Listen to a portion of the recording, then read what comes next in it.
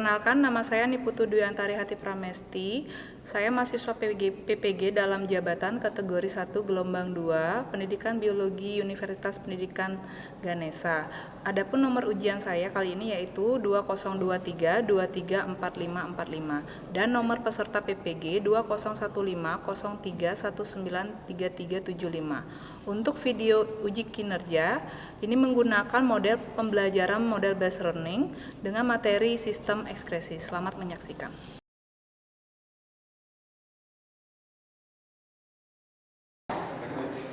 Pada asana Panganjali. Om Swastiastu. Om Swastiastu. Ya, silakan duduk. Ya. Selamat pagi semuanya. Pagi. Kok kalian lemes gini sih? Nanti ulangi lagi sekali ya biar untuk membakar semangat kalian. Setelah ibu bilang selamat pagi, kalian jawab pagi, pagi, pagi, yes. Paham? Paham. Selamat pagi anak-anak. Pagi, pagi, pagi, yes. Makasih ya atas semangatnya ya. Tepuk tangan dulu buat kalian.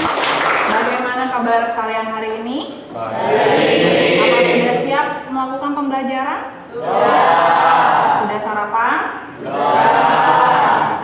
Ya bagus, berarti kalian sudah siap untuk pembelajaran hari ini. Ya, sebelum kita masuk ke pembelajaran hari ini, kita berdoa dulu. Doa Ibu minta tolong untuk Andika untuk memimpin ke depan.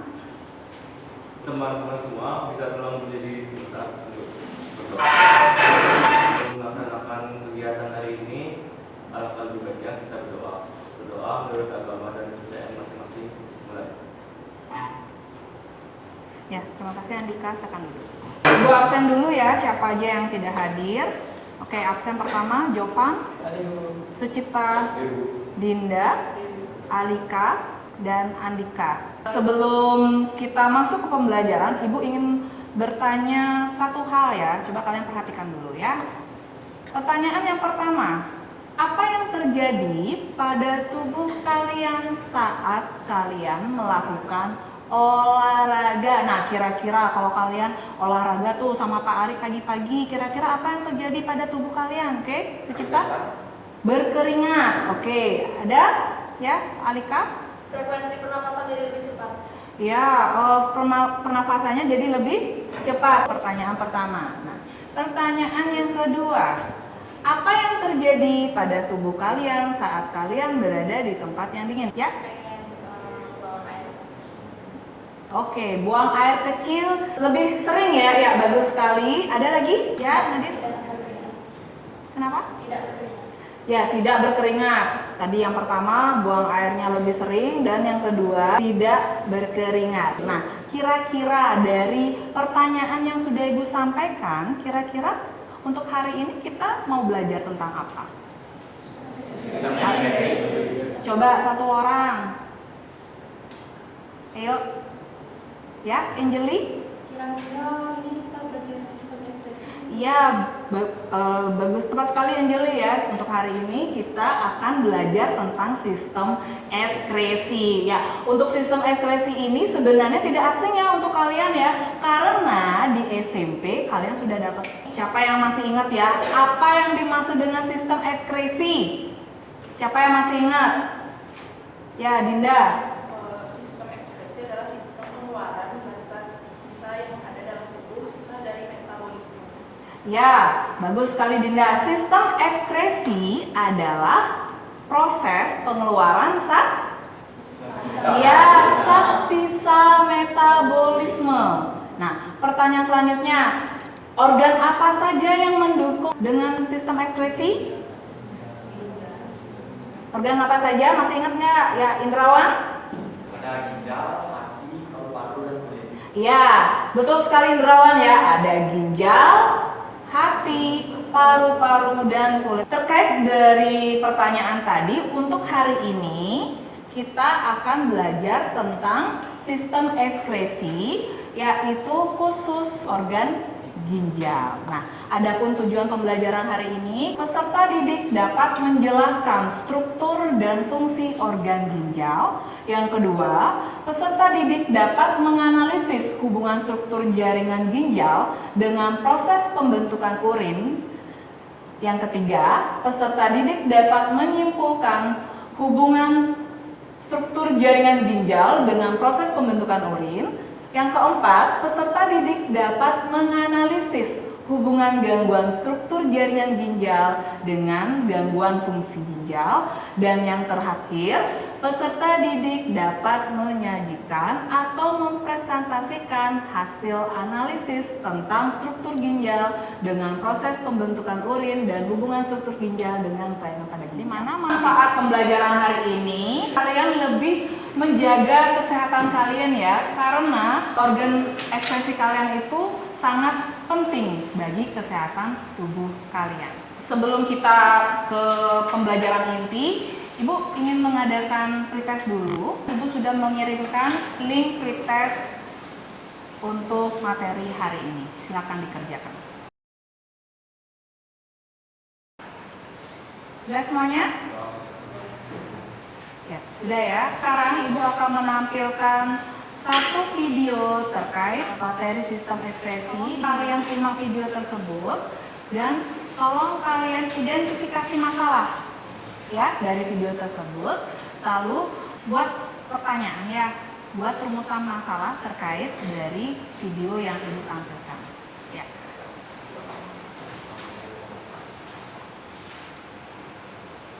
Pada kembali di kabar hari Sudah jelas suaranya? Silakan disimak ya. Di bawah umur di Denpasar, Bali.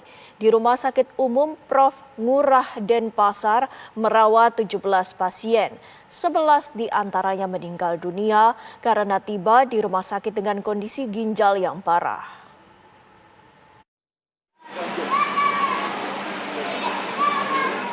Rumah Sakit Profesor Ngurah Denpasar telah merawat 17 pasien sejak merebaknya penyakit gangguan ginjal misterius yang dialami anak-anak.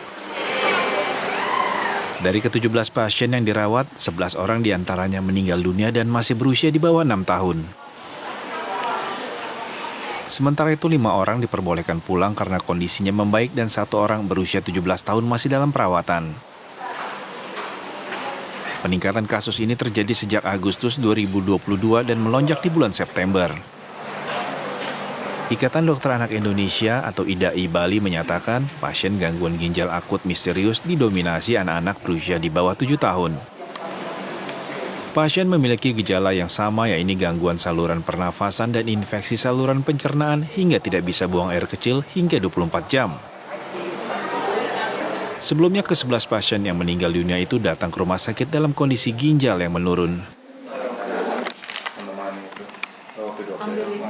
Kalau kasus yang meninggal ini dari 17 itu 11 ya, 11 orang. Pak, dari 11 orang yang meninggal ini karena apa, Pak?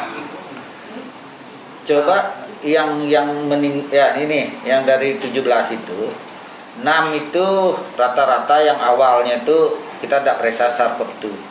Dan rata-rata yang meninggal sudah dalam keadaan datangnya dalam keadaan fungsi ginjal yang sangat terminal, yang kita sebut akut kidney failure, ya, gagal ginjal akut. Nah ini kita susah kalau udah dalam keadaan terminal udah datang.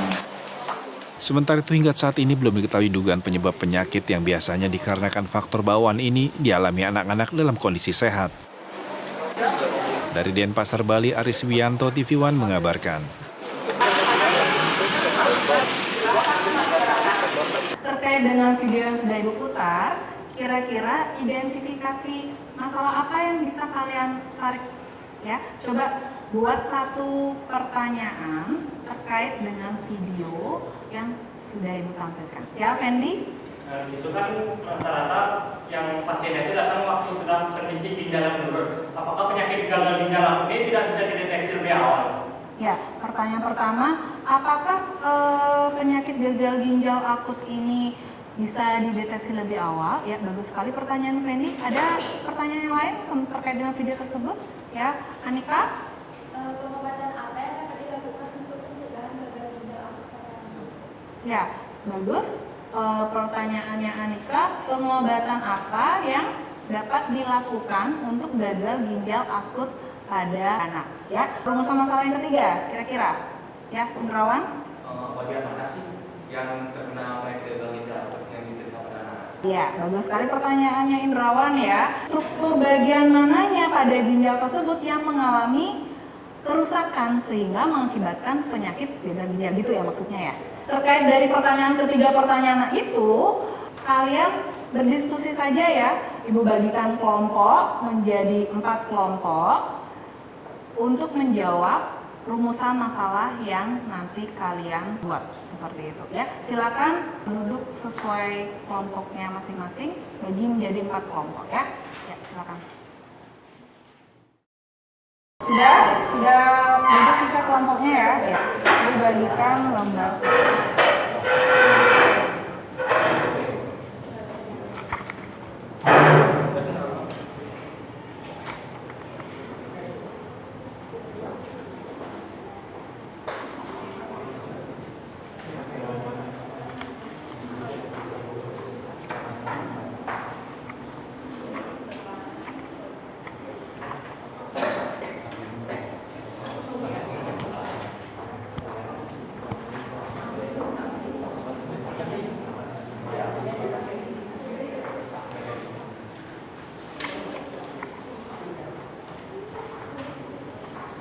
Ya, sudah semua dapat LKPD dan bahan ajar?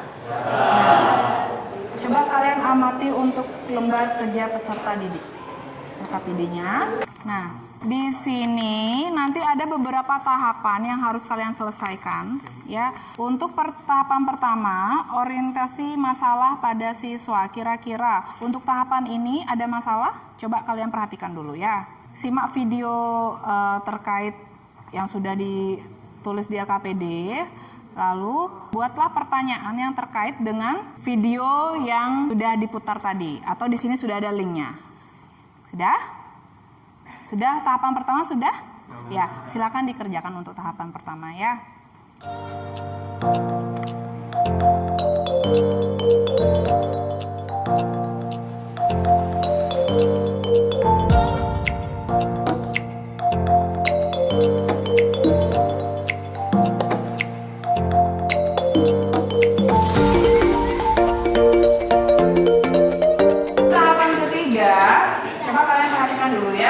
Untuk tahapan kedua udah tadi ya.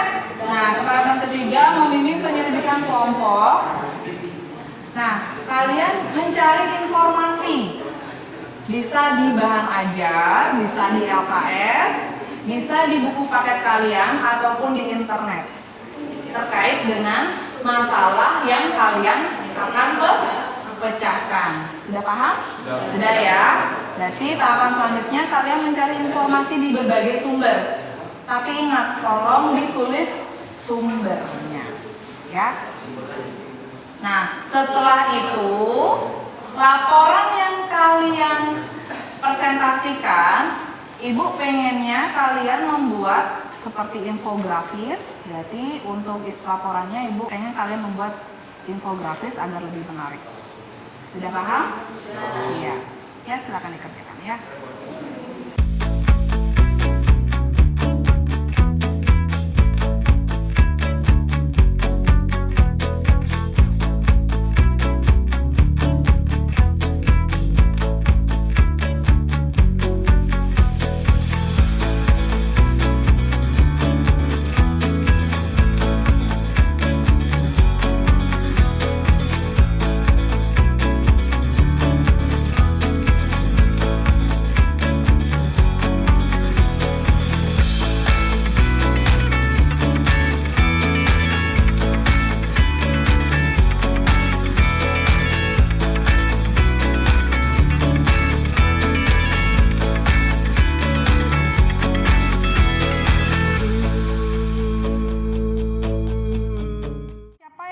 Presentasi pertama. Ya, kelompoknya Sucipta silakan ke depan. Teman-teman yang lain kasih tepuk tangan buat kelompok Sucipta ya. Oke, selamat siang semuanya. Perkenalkan, kami dari dari kelompok 1 akan mempresentasikan materi tentang letak ginjal, struktur ginjal, serta fungsi umum ginjal. Sebelum kami mulai memaparkan hasil badan informasi kami, izinkan kami untuk memperkenalkan diri terlebih dahulu. Perkenalkan, nama saya Eka Deswita Rianta. Perkenalkan, nama saya Jawan Sumadi. Perkenalkan, nama saya Ida Ayalita Marsainda. Perkenalkan, nama saya Putri Dinda Sayana Morgan. Manusia memiliki sepasang ginjal pada tubuhnya, yang mana ginjal ini memiliki warna merah gelap serta berbentuk seperti kacang merah. Memiliki ukuran panjang kurang lebih 10-13 cm dan lebar 5-7,5 cm. Ginjal terletak di sebelah kiri dan kanan ruas tulang pinggang, di bawah diafragma dan di belakang peritoneum. Peritoneum merupakan saluran yang melapisi bagian dalam perut yang menjadi pembatas dengan organ-organ di dalam perut. Ginjal kanan itu terletak di bawah hati dan ginjal kiri terletak di bawah limfa. Korteks ginjal atau korteks renalis merupakan bagian ginjal paling luar yang terdiri dari jaringan lemak yang berfungsi untuk melindungi ginjal di bagian dalam. Korteks ginjal ini memiliki badan melebihi yang tersusun atas glomerulus dan kapsula Bowman yang melapisinya. Glomerulus ini berfungsi sebagai penyaringan atau filtrasi darah. Kedua ada bagian medula. Pada bagian medula terdapat leukogen naik, leukogen turun, dan pembuluh-pembuluh darah yang berfungsi untuk mengumpulkan hasil ekskresi. Nah, pembuluh-pembuluh ini disebut tubulus kolektivus. Struktur yang ketiga yaitu pelvis. Pelvis adalah bagian paling dalam ginjal berupa ruang kosong. Nah, pelvis ini berfungsi untuk menampung sementara urin yang terbentuk. Itulah tadi presentasi dari kelompok kami. Sebelum kami menutup presentasi kelompok kami, adakah yang ingin bertanya tentang materi yang telah kami sampaikan? Ya, silakan, siapa yang mau bertanya? Silakan, Dani. Silakan.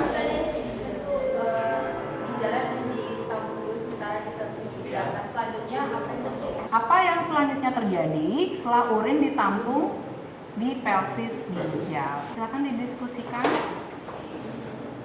Akan jawab pertanyaan dari tadi. Setelah disimpan di pelvis ginjal itu akan kemana? Nah, berdasarkan informasi yang telah saya baca, tubulus kolektivus berhubungan dengan rongga ginjal atau pelvis ginjal yang berfungsi untuk menampung sementara urin yang telah terbentuk. Nah, selanjutnya urin tersebut akan dialirkan menuju ureter yang bermuara pada kantong kemih atau vesika urinaria. Sudah paham untuk strukturnya secara umum? Sudah. Ya, ada pertanyaan belum terjawab? Tidak ya? Yang presentasi yang telah kami sampaikan, kami tutup dengan paralisa. Kasih tepuk tangan untuk kelompok pertama. Siapa yang mau maju? Ya, kelompoknya Bunga. Kelompoknya Bunga ya? Ya, silakan maju. Kasih tepuk tangan buat kelompoknya Bunga dan kawan-kawan. Om Swastiastu. Selamat pagi teman-teman. Pada hari ini kami akan menyampaikan hasil diskusi dari kelompok kami mengenai apa saja struktur pada ginjal dan jaringannya serta proses pembentukan urin. Tapi sebelum itu kami akan memperkenalkan diri terlebih dahulu. Saya pertama Putri Indawan, lalu di sebelah saya Ayu. Saya Hendri, saya Linda, saya Bunga. Baik, dalam pembentukan urin, pertama-tama kita akan memulai filtrasi. Dia sebutkan di sini di kapsula Bowman. Tepatnya itu di glomerulus. Jadi filtrasi adalah proses penyaringan pada urin. Jadi darah memasuki ginjal, lalu di ginjal itu disaring di glomerulus. Itu ada reabsorpsi yang berfungsi untuk menyerap kembali zat yang masih berguna bagi tubuh. Prosesnya terjadi pada tubulus kolektivus proksimal sampai lengkung membrane. Apakah ada yang ingin bertanya? Ulangan. Apa saja yang terkandung dalam urin primer? Jadi pertanyaan itu apa yang terkandung dalam urin primer? Jadi yang terkandung pada urin primer itu mengandung H2O dan zat terlarut seperti glukosa, klorida, natrium, kalium, fosfat, urea, asam urat, dan kreatinin. Nah, yang kedua itu adalah hampir tidak mengandung protein plasma, dan mengandung albumin kurang dari 1%. Yang ketiga, tidak mengandung elemen seluler seperti sel darah merah karena sel darah merah tidak difiltrasi. Bisa diterima? Ibu mau menambahkan lagi ya, untuk urin primer itu terbentuk di tahapan pertama, yaitu tahapan filtrasi. Apa itu filtrasi? Ya, penyaringan. Berarti untuk filtrasi ini komponen-komponen yang besar itu akan tidak bisa melewati glomerulus. Seperti kayak kalian menyaring sesuatu ya, pasti komponen yang besar itu akan tertahan di saringan itu sendiri, sedangkan komponen-komponen yang kecil akan melewati saringan ya, seperti itu ya. Berarti glomerulus itu kayak saringan, atau misalnya seperti kalian pernah buat santan. Nah, pada saat kalian memeras santan seperti itu, bagian-bagian air santannya itu akan keluar menembus tangan kalian, kan misalnya diperas seperti itu kan, menembus tangan kalian itu seperti glomerulus ya. Komponen yang besar di sini yang terperangkap yang tidak bisa menembus glomerulus adalah apa? Ya, protein dan sel darah seluler. Makanya urin primer itu tidak mengandung protein dan tidak ada komponen seluler, yaitu seperti sel darah merah. Paham? Paham. Oke. Sudah jelas? Ada pertanyaan lagi? Tidak? Ya. Sebelum ditutup, apa yang bisa kalian ambil kesimpulan untuk kelompok 2? Ya. Sebelum menutup pertemuan, saya akan memberitahukan kesimpulan dari diskusi kami. Jadi pada diskusi ini hubungan antara struktur ginjal dengan pembentukan urin itu terjadi pada 3 bagian tadi. Di pembentukan atau filtrasi itu berhubungan dengan struktur numerus, lalu yang kedua itu reabsorpsi terjadi pada struktur tubulus konstruktur proksimal sampai lembut gateway, dan yang ketiga itu augmentasi terjadi pada tubulus konstruktur distal. Sekian kesimpulan kami. Ya. Kelompok terakhir, siapa yang mau maju?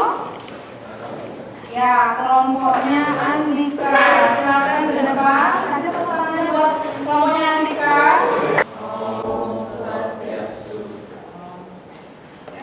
Kami dari kelompok 3 akan membawakan hasil presentasi, yaitu penyakit yang terkait dengan sistem ekspresi.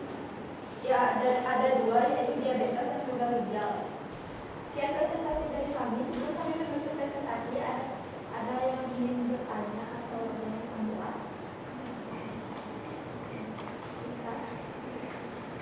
Kira-kira ada nggak hubungannya penyakit diabetes mellitus ini dengan penyakit gagal ginjal? Saya akan menjawab pertanyaan dari Sista. Apa hubungannya penyakit diabetes mellitus dengan gagal ginjal? Penyakit diabetes mellitus itu kan adalah hubungannya dengan kadar gula darah tinggi. Nah, saat kadar gula darah tinggi kan di reabsorpsi sama ginjal, nah, itu memacu kerja ginjal terjadi lebih keras. Jadi diabetes mellitus itu nantinya ujung-ujungnya bakalan jatuhnya ke gagal ginjal.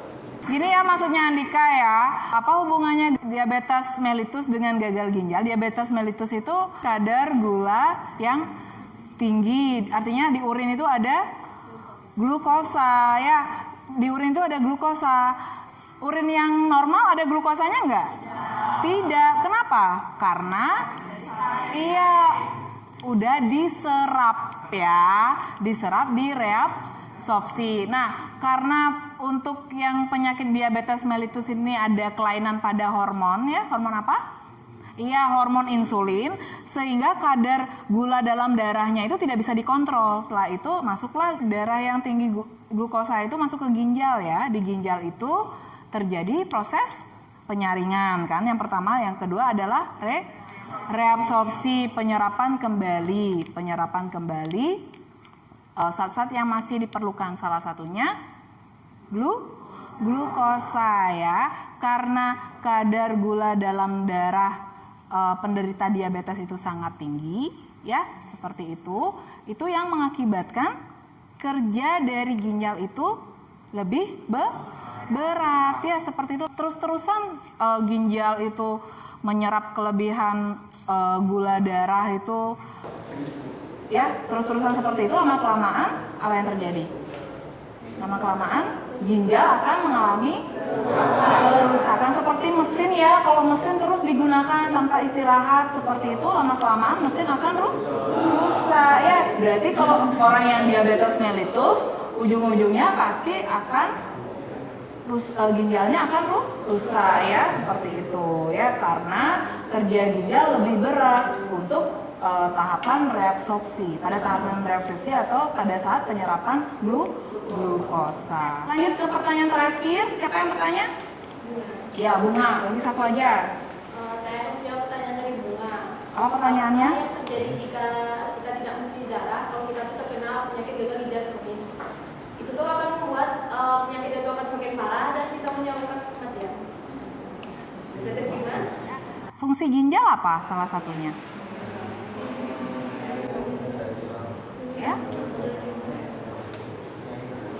Ya, fungsi ginjal salah satunya adalah apa?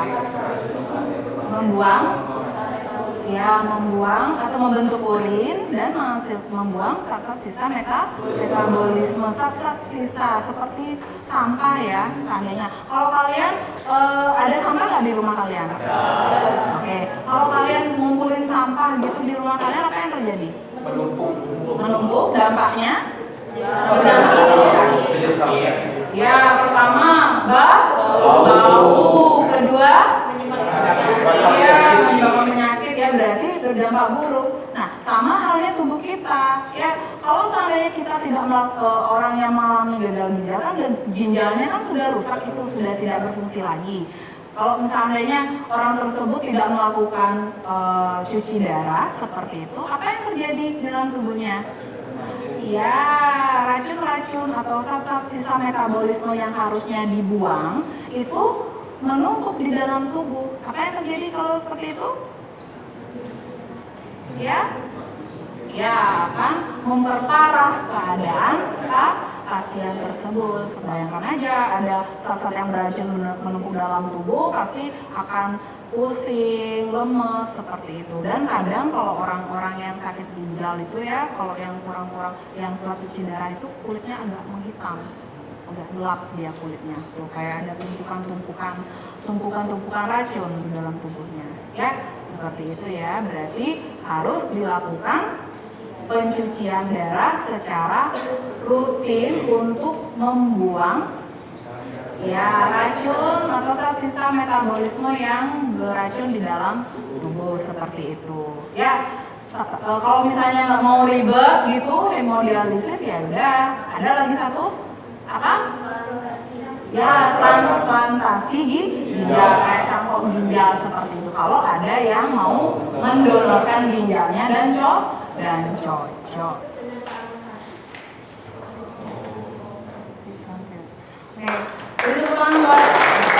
Siapa yang bisa menyimpulkan pembelajaran untuk hari ini? Ya, Bunga? Dari pembelajaran ini bisa disimpulkan bahwa kita bisa menganalisis hubungan gangguan struktur jaringan dan pembentukan urin. Oke, ada lagi? Ya, Sucipta? Kita dapat menunjukkan proses pembentukan urin, yaitu ada filtrasi, reabsorpsi, dan operasi. Ya, yang terakhir simpulannya apa yang bisa kalian tarik dari pembelajaran hari ini? Apa? Ya, Nadine? Kita bisa mengetahui beberapa penyakit yang ada pada ginjal seperti diabetes mellitus tadi dan juga gagal ginjal kronis. Ya, oke, bagus sekali ya Nadine ya, dan Sucipta dan Bunga tadi. Nah, sebelum Ibu akhiri, Ibu sudah mengirimkan link Google Form ya, Google Form untuk post-test kalian untuk menilai seberapa pemahaman kalian untuk pembelajaran hari ini. Silakan dikerjakan. Sudah semuanya, kita akhiri pembelajaran ini. Bagaimana perasaan kalian hari ini ya setelah pembelajaran hari ini? Bisa kasih love Ibu atau kalian lapar atau gimana atau nangis atau gimana? Ya, 1, 2, 3. Oke, ibu juga kasih ya. Kasih dong. Oke, pertemuan minggu depan kita masih di materi sistem ekskresi ya, tetapi dengan organ yang berbeda. Organ apa? Aki, kulit, ya, apa? Ya, sebelum mengakhiri kita berdoa dulu ya. Pertemuan kita kali ini, alangkah lebih baiknya kita berdoa karena telah diberi kelancaran dalam pertemuan kali ini. Berdoa menurut agama dan kepercayaan masing-masing, berdoa dipersilakan. Berdoa selesai. Pada asana Parama Santi. Om Santi Santi Santi. Om Santi Santi Santi. Om, terima kasih.